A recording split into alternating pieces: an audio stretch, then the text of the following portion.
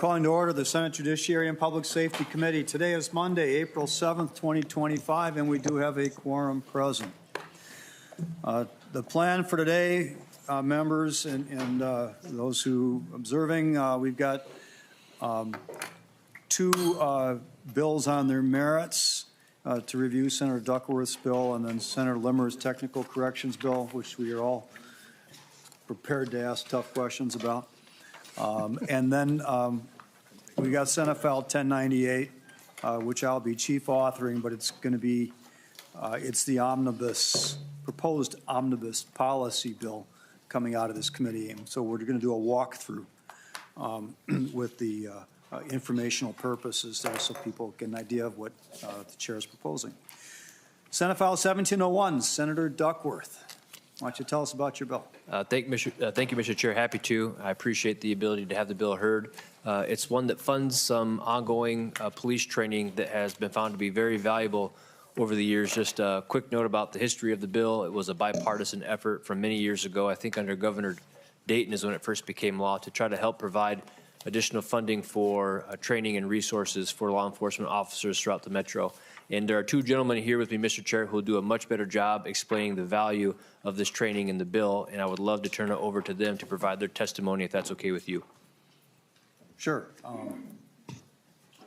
I have Sheriff Starry here. I don't have the name of the other individual, so. Sheriff, you want to start? Chair Latz, Senator Duckworth, and members of the committee, thank you for the opportunity to testify today. My name is Dan Starry, and I serve as the elected sheriff of Washington County.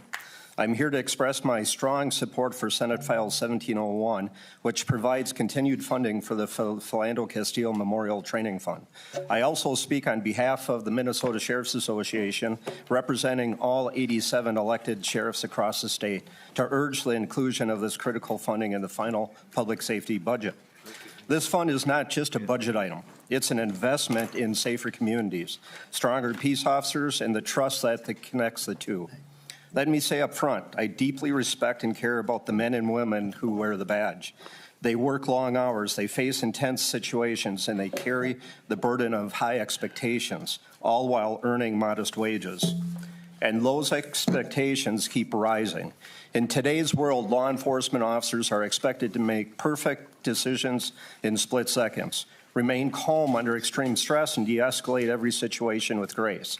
The truth is, those expectations are fair, but achieving them doesn't happen by chance. It happens through training. When I attend community meetings, I'm regularly asked about responses to service calls by a deputy. Often those questions about the calls are nowhere close to the traditional role of a peace officer. But there is an expectation that a deputy should have the exact answer to every call. These expectations, from mental health response to neighborhood disputes, are real, and they are growing. So the question becomes, how do we prepare everyday people to meet extraordinary demands? The answer is training. The fund supports real-world hands-on instruction in de-escalation, decision-making under pressure, cultural awareness, autism response, and conflict resolution. These aren't just the check-the-box courses. These are the very skills that lead to safer outcomes, reduced use of force, and stronger community relationships. Departments, especially in rural Minnesota, rely on this fund. With more than 90% of our budgets going to salaries and benefits, there's little left over the vehicles, fuel, or training. Without this funding, many agencies simply cannot afford the level of instruction needed to meet the expectations we all have for modern policing. It's also fiscally smart. Training reduces lawsuits, complaints, and costly mistakes, and well-trained officers are more likely to stay in the profession, reducing the high cost of turnover. But most importantly, this fund helps build trust. When officers are confident and prepared, they connect better with the people they serve. That trust improves public safety, not just for today, but for the long haul. We know this fund works. We see its impact every day. Losing it would not only reduce the training our deputies receive, it would be a step backward for the future of policing in Minnesota.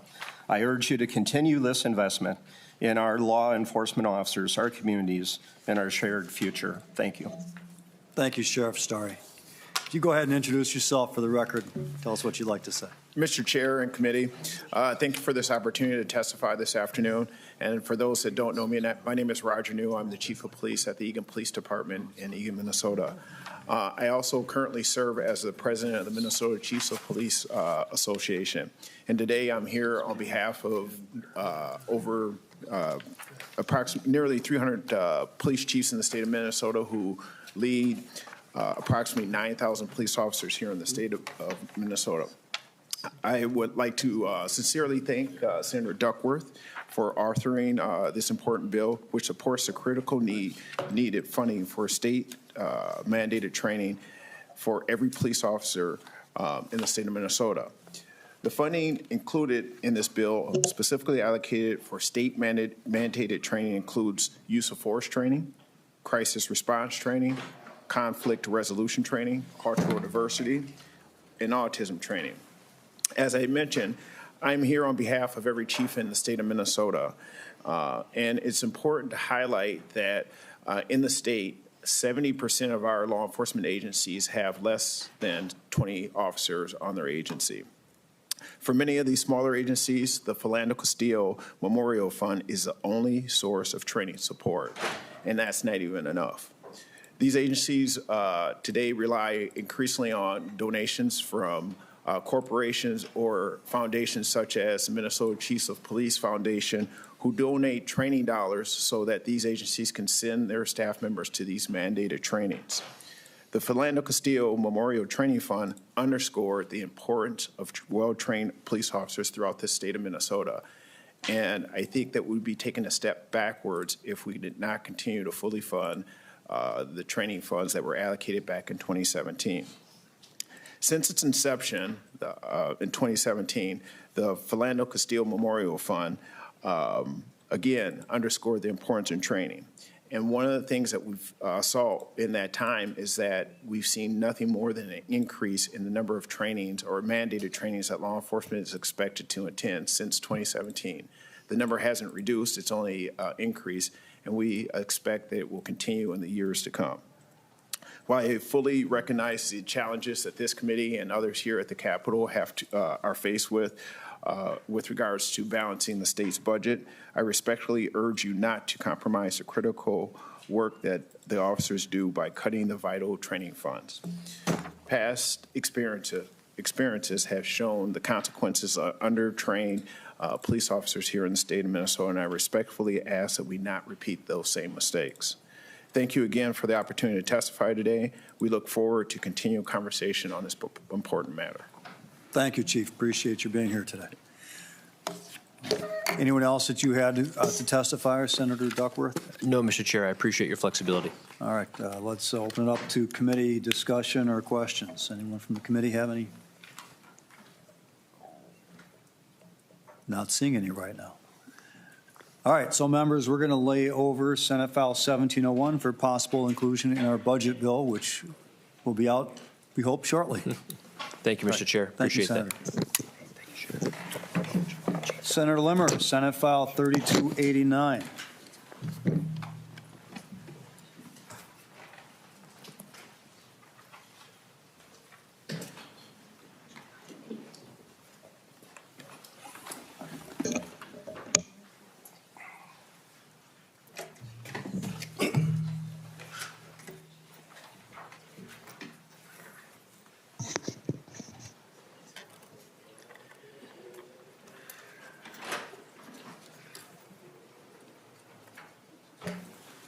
All right, we have Senate File 3289, the miscellaneous technical corrections to laws and statutes provision, the first of two revisers bills that we will deal with this legislative session. Ooh.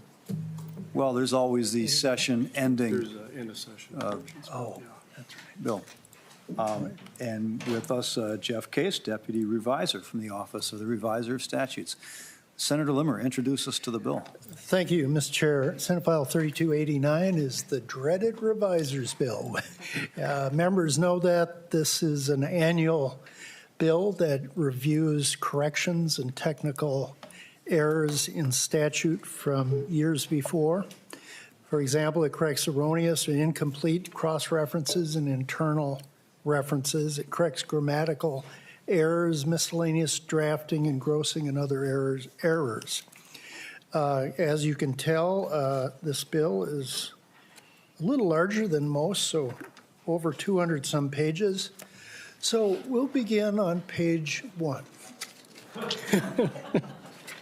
No, I'm just having fun with the committee. We have today Jeff Case from the Deputy Revisor's Office, and if there's any technical questions that you may have, I'm going to pawn it off on Jeff.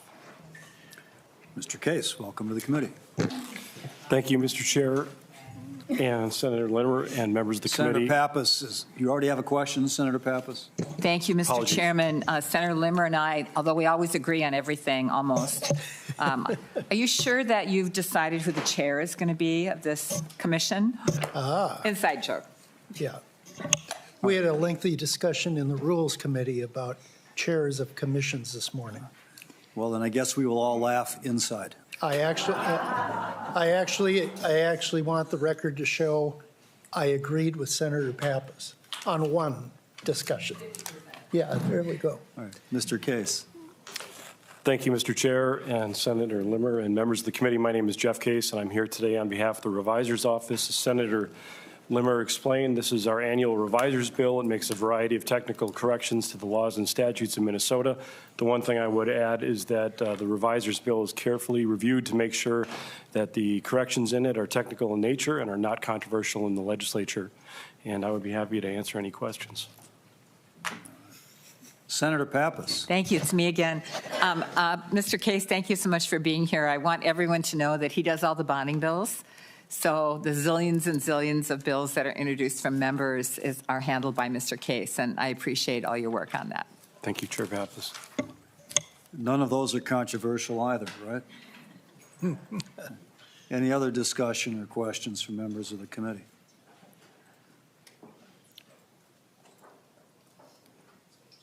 Senator Anderson is very carefully perusing the bill, looking for something to ask Senator Limmer.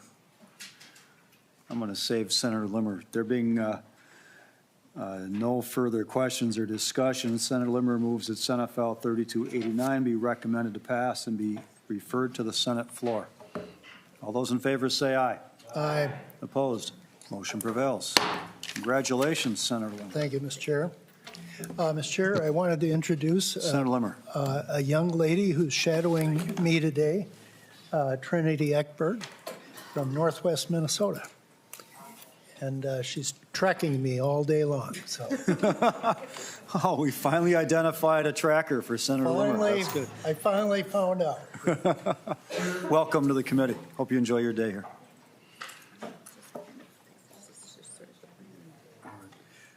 So members, Senate File 1098 is a vehicle bill, basically. We're going to be using that to propose a delete everything amendment that's going to contain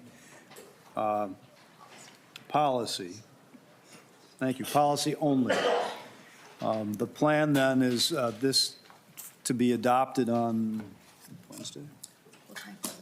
We're going to try to close it up Wednesday, and then it'll be from there moved into one larger omnibus budget and policy bill to exit this committee on Friday. So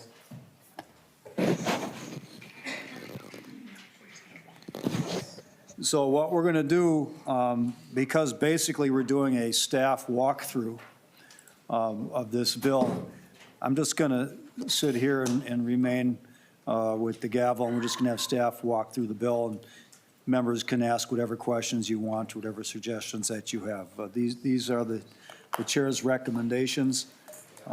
So we do have agency letters in your packet. We have agency staff that are available here to answer any questions that come up. So feel free to jump right in. So let's just start. Who's going to walk us through? Mr. Backus. Mr. Chair and members, I'll be walking through the first 6 articles of the DE, and then I'll turn it over to Ms. Primo to finish the rest. Mr. Chair, maybe if they could get closer Senator to the Western. microphone. This room's tough to hear in some Closer to the mic.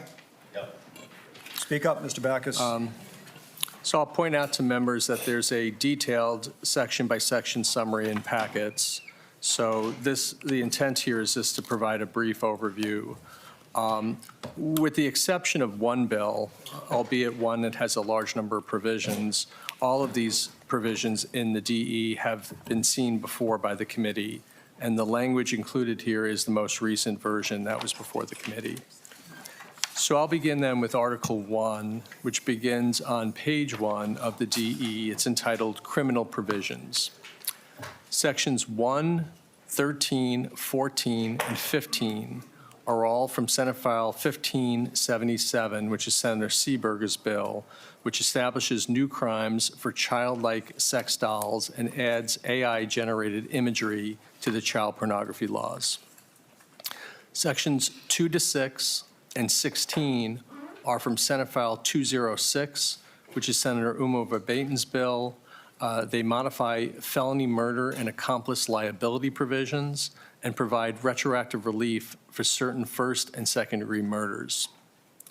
Sections 7 and 9 are from Senate File 2212, Senator Seeberger, which establishes a new crime for obstructing first responders and modifies the fourth-degree assault crime relating to first responders. Section 8 is from Senate File 1289, Senator May Quaid. It's her bill which provides an exception for child neglect crimes for acts committed while pregnant and before the child's birth. Sections 10 and 12 are from Senate File 1417, Senator Latz's bill. These provisions establish a new crime for theft of public funds and expands the swatting crime. Section 11 is from Senate File 2904, Senator Rasmussen's bill, which clarifies the theft or damage of energy transmission or telecommunications equipment crime. Article 2 then is entitled Public Safety Provisions. It begins on page 21 of the DE. Sections 1 to 4, 10 to 13, 16, and 17 are from Senate File 2825, Senator Umo Verbaten's bill. These are terminology updates related to videotapes of child abuse victims and updates relating to the terminology used for pornographic works. Sections 5 and 9 are from Senate File 1417, Senator Latz's bill.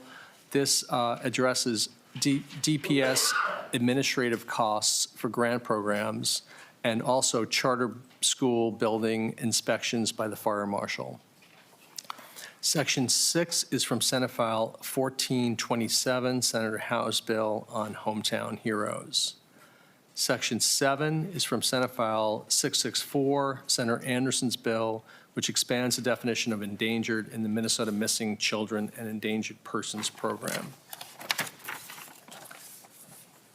Section 8 is from Senate File 803, House File 286, which is Senator Howe's bill, relating to local government background checks for adult business license applicants. Section 14 is from Senate File 1353, Senator Limmer's bill relating to name changes for permit to carry holders. Section 17 is from Senate File 1665, Senator Westland, and also from Senate File 1524, Senator Dibble. Expands the ability of law enforcement to use drones. Article 3 begins on page 35. It's entitled Criminal Justice-Related Judicial Provisions.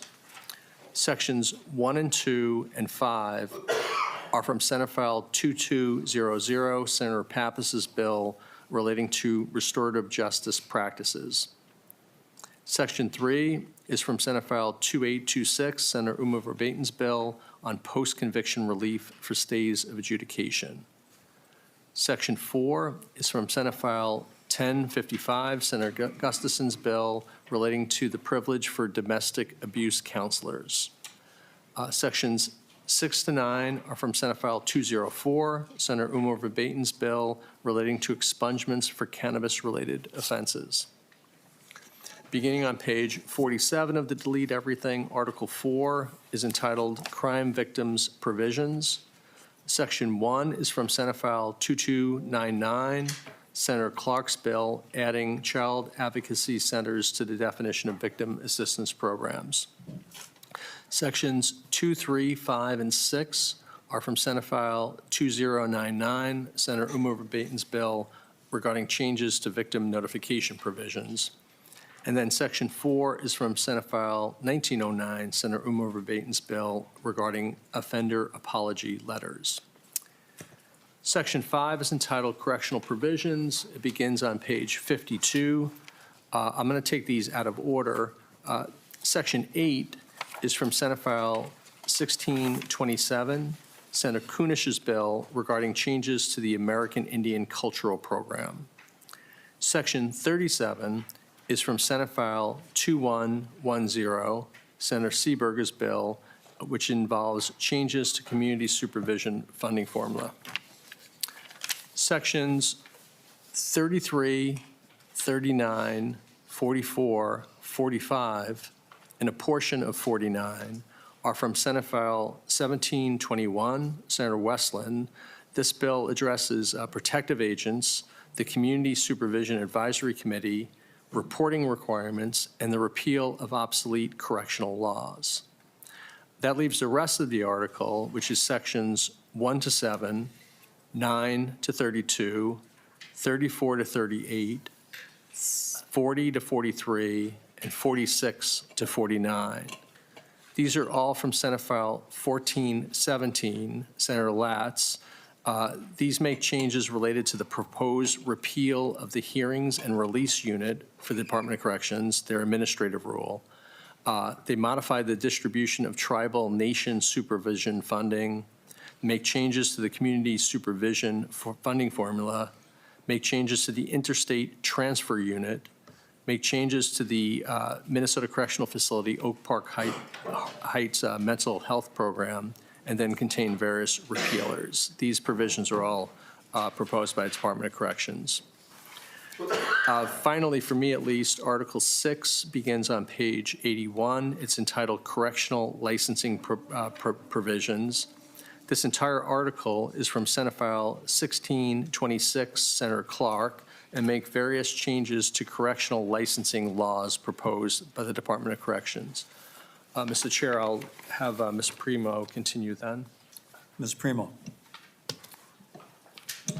Mr. Chair and members, I'll cover the remaining articles 7 through 14. As Mr. Backus stated, there is a detailed summary in your packets for further information.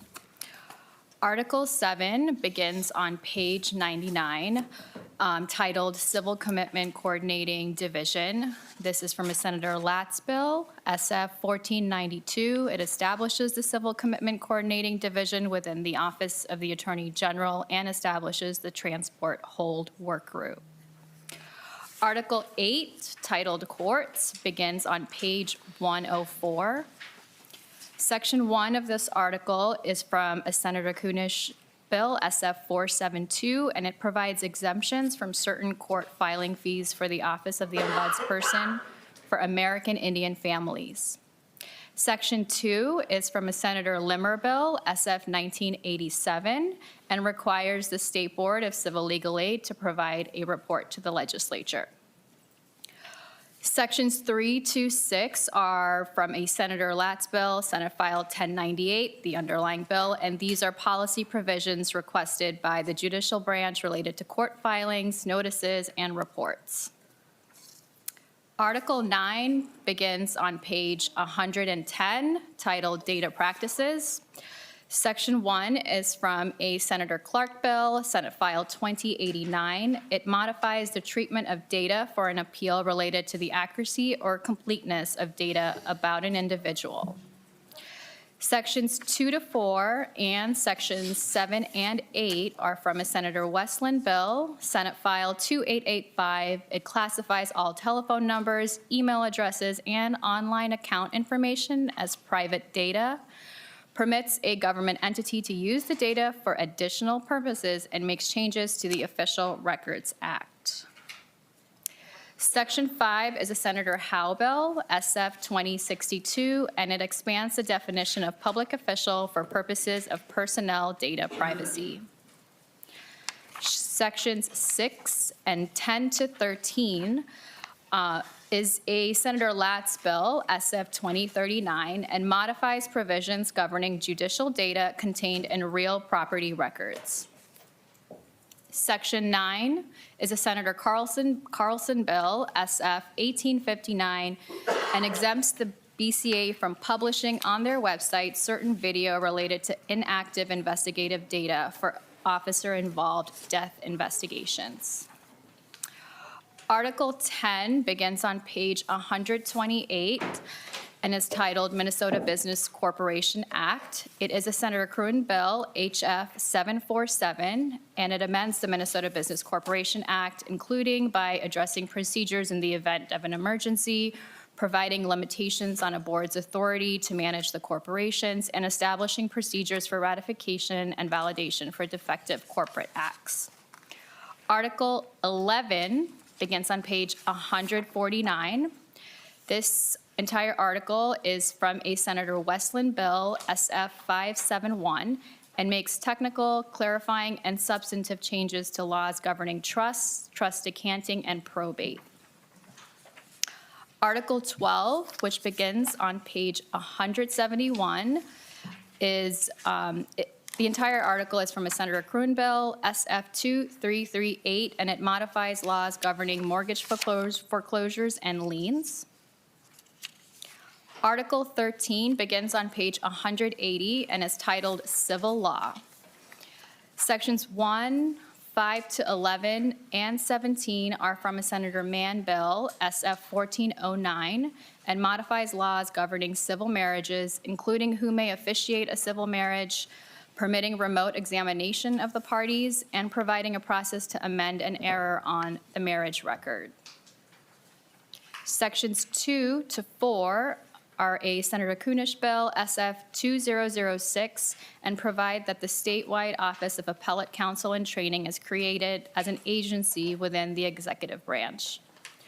Sections 12 to 14 are from a Senator Dibble bill, SF 1920, and modify a guardian's ability to restrict communication and visitation for a person subject to guardianship, and modify provisions related to the appointment of an emergency guardian.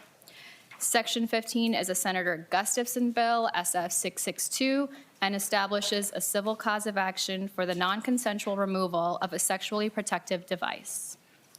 Section 16 is a Senator Westland bill, SF 2146, and it establishes an order for protection against financial exploitation of a vulnerable adult and imposes enhanceable criminal penalties for violations of the order. Article 14 in its entirety, Article 14 begins on page 202, and its entirety is from a Senator Bolden bill, SF 2847, and it updates various statutory forms related to 2024 changes made to the law on garnishment. And that concludes our walkthrough, and we are both available for any questions. Thank you, Ms. Primo. I just want to remind members that there are letters in your packet from Public Safety Commissioner Jacobson and Corrections Commissioner Schnell. Both of them are present in the room to answer questions, as well as are their staff with the agency. So I refer you to that. I'll also note that all of these proposals, or at least the list of the proposed inclusions in this policy bill, were posted last Friday publicly. So now I think we'll simply turn to the committee, see if there are any questions, comments, discussion. And if there's anyone in particular you have a question for, we'll be happy to invite them up to the testifier table.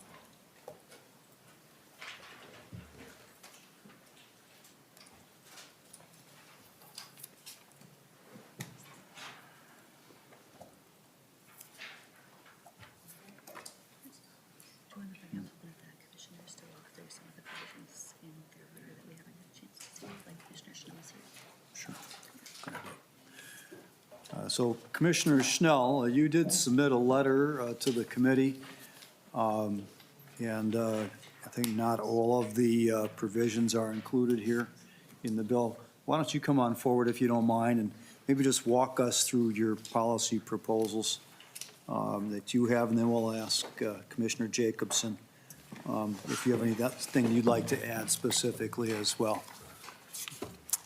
Thank you, Schnell. Mr. Chair, members of the committee, Paul Schnell, the Commissioner at the Department of Corrections. I just want to first express my gratitude. I'd like to walk through the bill and give an overview. Essentially, including these Senate files 1626, 27, and 1721, will play a critical role in enhancing clarity and transparency and effectiveness in our correction system. First, modernizing the American Indian Cultural Programming Statute, which we've talked about, brings a much-needed update and something that tribal governments across Minnesota have encouraged and support this change. The Licensing Improvement and Simplification Act provides clarity to licensing requirements for DOC licensed facilities, and we continue to work with MSA to finalize language related to that. And finally, the provisions in the technical omnibus enhance the clarity and efficiency of our statutes, streamlining supervision reporting and making necessary updates on civil commitment laws, and refining the structure of the Community Supervision Advisory Council. And your inclusion of these bills is a great step forward for our system, and we appreciate your support. I'd like to highlight a few of the policy provisions included that weren't covered in great detail in earlier hearings that are part of the governor's budget proposal. First is the Interstate Compact cost-sharing proposal. Next is the mental health unit pilot program extension, which will extend that pilot and allowing individuals with serious and persistent mental illness who are incarcerated in county jails to receive necessary treatments at the mental health unit at Oak Park Heights. The tribal supervision funding update streamlines the management distribution of these funds to tribal nations and clarifies how these funds can be used and eliminates unnecessary administrative burdens. Next, Chapter 2940 repeal, the hearings and release unit codification proposal modernizes oversight of the hearings and release unit process by repealing outdated provisions and codifying the necessary elements directly into statute. The fictitious emergency definition expansion ensures that all corrections employees, whether they are working in a correctional facility or in community supervision or other corrections roles, are included in the protections against false emergency reporting. The governor's revised budget recommendation included community supervision distribution modifications to make technical corrections to streamline the delivery of community supervision funding to non-CCA counties.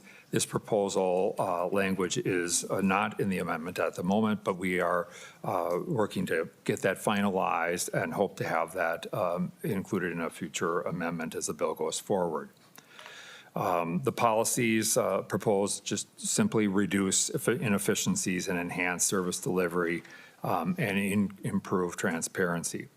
And while we understand that much work remains before the end of the session, we look forward to partnering with you in that work. And we want to thank you each for the work you do to advance public safety in Minnesota. And with that, I can stand for any questions, Mr. Chair or members. Thank you, Commissioner. Any questions from members of the committee for Commissioner Schnell?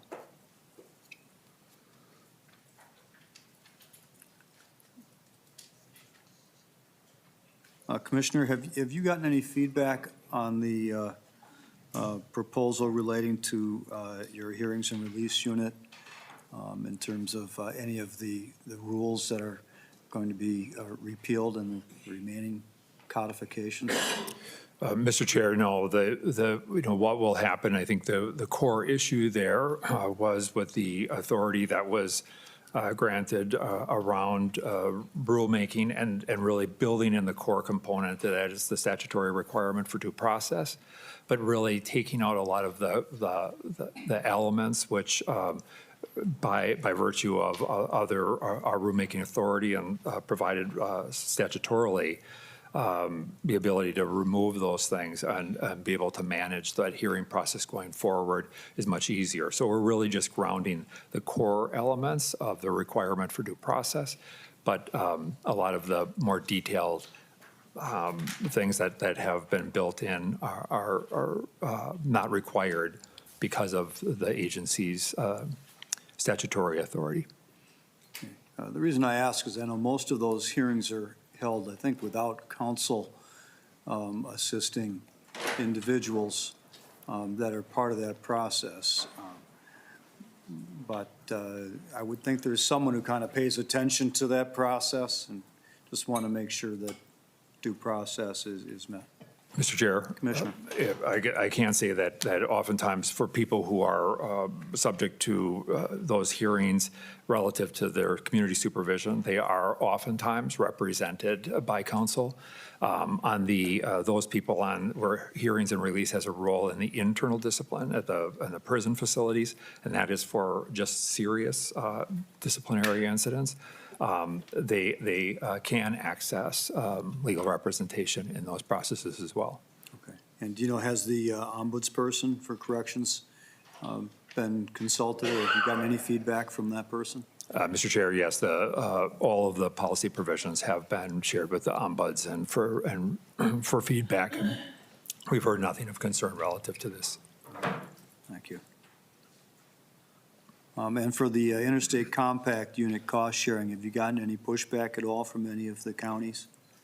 Mr. Chair, no, the counties have been supportive of this provision. Obviously, it's challenging because we're dispersing right now what is an impact solely to the DOC to all counties relative to, the percentage of interstate compact and the size of the county.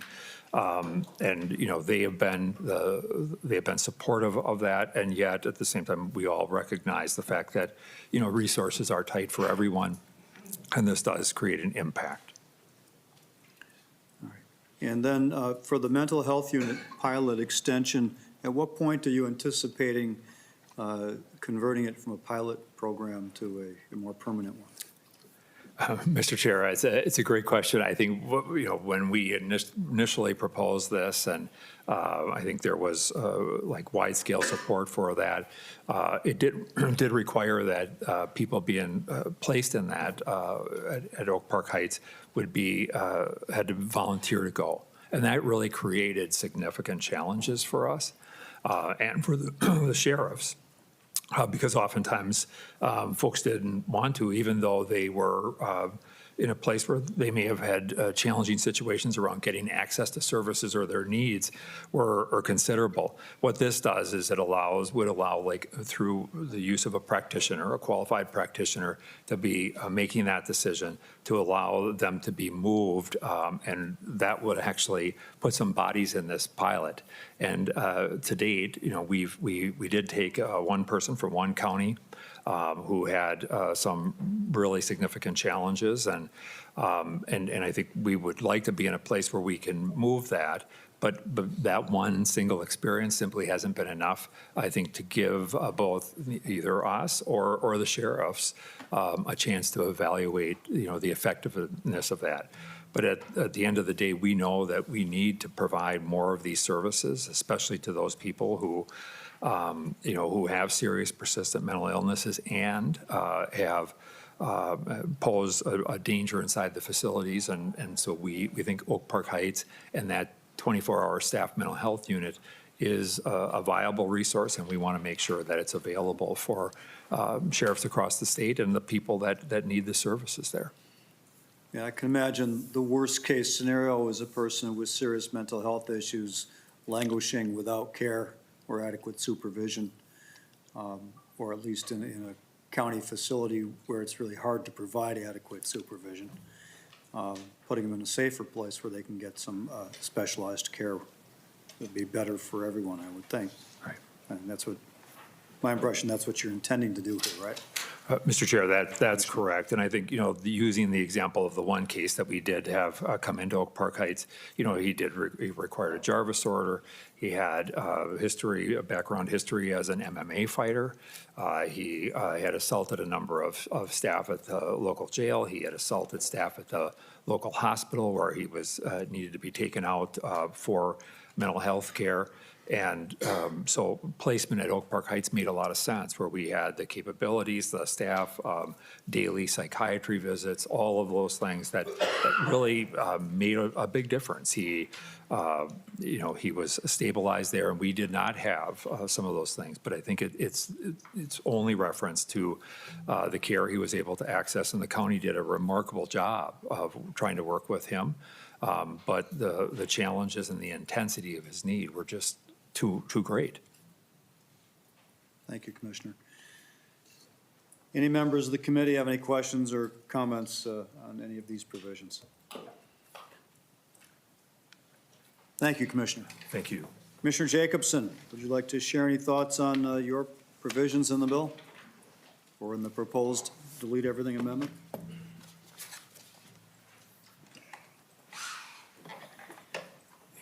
It would be my pleasure, Chair Latz. Chair Latz, members of the committee, I'm Bob Jacobson, Commissioner of Public Safety, and it's my honor to be here today. I'd just like to cover an overview of some of the policy items that are before you in the policy omnibus bill.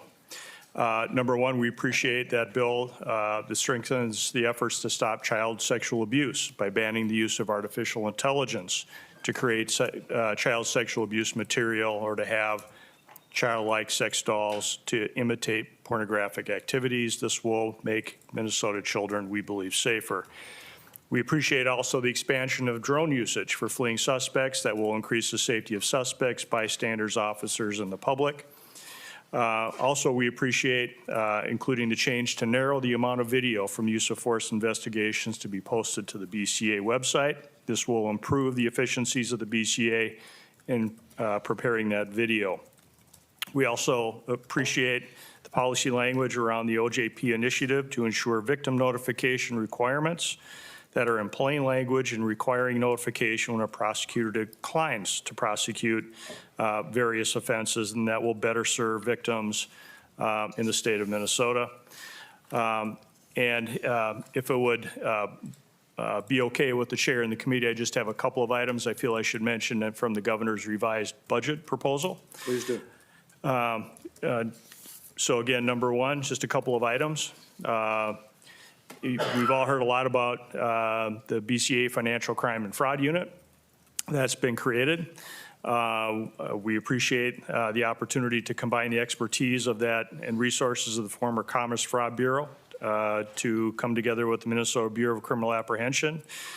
This new section enhances our state's ability to tackle complex financial crimes.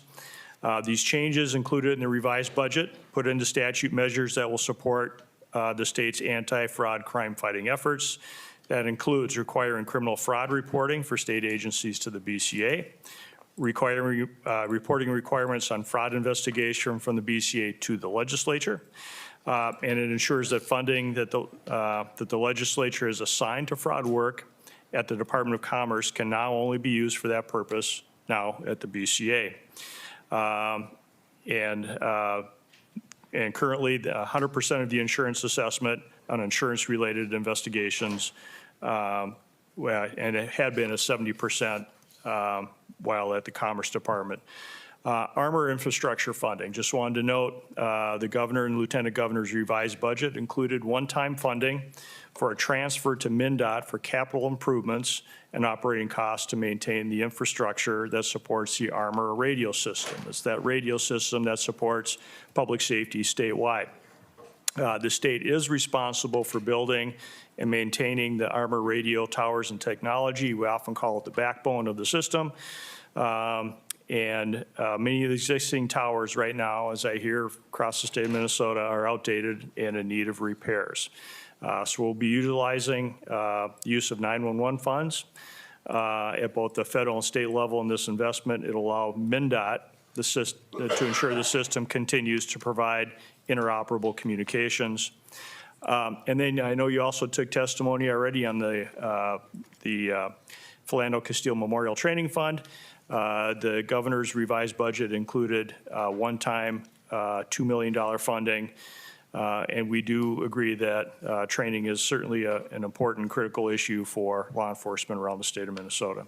So those are the additional items in the revised budget and our policy items, and I would stand for any questions. Thank you, Commissioner. I'm also going to note that, as Commissioner, you've identified in your letter that's in our packets, we'll be considering Senate File 1578, adding that into the policy omnibus that deals with repealing outdated fire safety statutes now that the state fire code has been updated. Any questions from members of the committee for Commissioner Jacobs?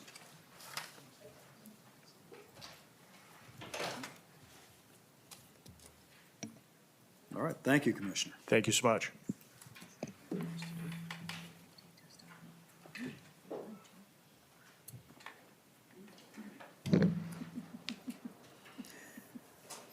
All right, let's make sure we have adequate opportunity for input from the public. Anyone here in the hearing room wish to testify in connection with this proposed policy?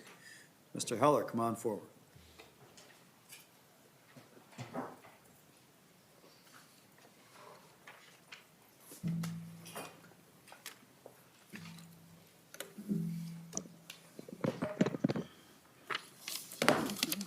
Thank you, Senator Latz, and this committee to come and testify today. My name is Rick Keller.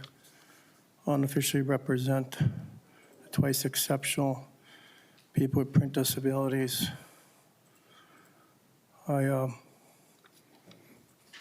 it better explains it, in Minnesota statute 203B.29, subdivision 2 expresses print disability. That's the voting law. I heard the word plain language, and the Minnesota Department of Education set the text complexity of their special education forms, according to them, on their due process forms in 2015 and 16, but didn't have the liberty to express when they worked with the University of Minnesota what text complexity and what level. It's my suggestion that you enshrine into this bill on the floor that they would comply to those levels. Disclosure on the Minnesota Education website is not clear. However, I do know, based on a data request, that they use the Lexile reading metric, which comes off the Minnesota comprehensive assessments for each individual score that the student takes on those summative assessments, which they know and can do. Also, the grade level was 8th grade. Also, the State Department of Education has set the text complexity for each grade level as it relates to plain language. If you want to consider doing that, that's my suggestion. Also, following up, if tailgating off of the discussion we had last time with the Commissioner for Corrections, I explicitly asked, and their staff got back to me about this, but not on the explicit part, and I'm willing to the chair, if he's willing to answer once again, is if they're willing to apply rules to this process as they roll out on the people with print disabilities and twice exceptional, how that's going to all roll out with plain language as well. So again, I would rather not be isolated. I think it needs to go through the chair, and they can get back to the chair, and they can always copy me, but I was just here to bring some awareness about how people effectively acquire the printed word. And if it's people with reading disabilities, whoever it was in 2015 and 16 that asked for that to have done, that's all I have to add to this. And I do appreciate you, one of the few, to allow people to testify on the fly. It used to be that way. It's not. It's only by appointment now, and it disappoints me. Thank you again. Thank you, Mr. Heller. Glad to have you here. Any questions for this testifier at this time? Not seeing any. Anyone else in the room wish to come forward and offer their thoughts or testimony at this time? Quiet room today. All right. Well, since we don't have any further business to come before the committee, I just remind people we do have our next meeting on Wednesday at 12:30 in this room. And you should also make sure your schedule reflects this Friday, April 11th at 9 a.m. in the Minnesota Senate Building. We do have a deadline of noon on that day to pass out our budget bill. It's anticipated, as I noted earlier, that the bill will be a budget and policy combination. So those policies that have fiscal inclination or implications, and also policy that does not have any fiscal aspect to it, just pure policy. It's all going to be part of the one omnibus bill. There are some other bills that are traveling on their own as well. Some of them we're anticipating will be dual tracked in this week's bill, and we'll just take that as it comes along. Depends on what makes it through the process and has time for consideration on the floor. We want to make sure that every bill that can get the votes will get passed. Senator Westrom. So, Mr. Chair, just confirming your plan, but Wednesday will be mainly the budget rollout. Will we proceed with discussion and amendments that day to maybe start the process? And is there a chance we'd ever vote it out Wednesday and not Friday? Or what's your big picture plan?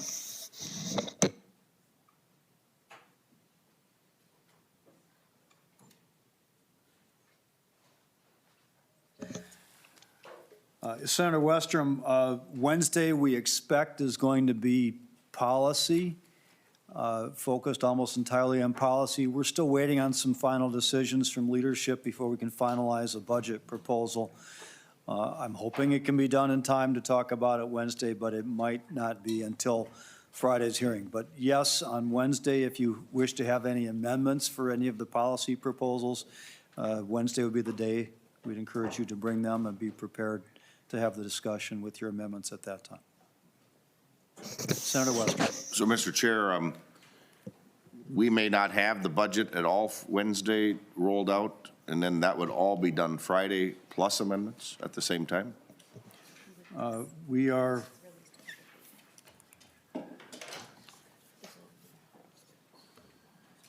And by noon? Is that what I'm hearing? I'm just thinking that's what I'm hearing. Yeah, Senator Westrom, our goal is to have the budget released on Wednesday for people to review and to prepare for Friday. We've done all that we can as a committee for right now. We're waiting on some final decisions from leadership as to what we can or cannot include in the budget, and then we'll have to finalize the budget. So hopefully that'll be out on Wednesday. By rule, we have to be done by noon on Friday. So hopefully we'll start at 9 o'clock Friday morning. We'll give ample time to review and discuss the budget and take amendments at that time as well. And of course, our budget bill will have to go to finance from there, so there'll be another opportunity for those who are members of Finance Committee to have additional discussion and amendments in the Finance Committee. Okay, thank you. Anything else? Senator Limmer. Thank you, Mr. Chair. You had made mention that there might be a few bills that would be a standalone type bill. Could we get a list of what those might be by Wednesday? So either if we knew that they'd be considered by the committee, we wouldn't have to make them into amendments for an omnibus bill. And just wanted to know to help us out on not burning out staff.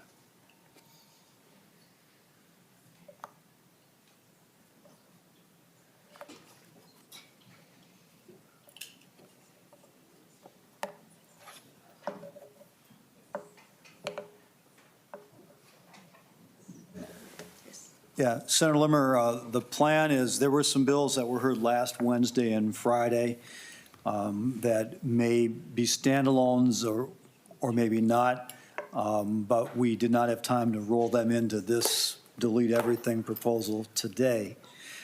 So staff will prepare a list of those bills that are being considered either to be rolled into the delete everything for policy omnibus or to be passed on their own as well. Okay, thank you. Any further questions or discussion? Seeing none, thank you. We are adjourned.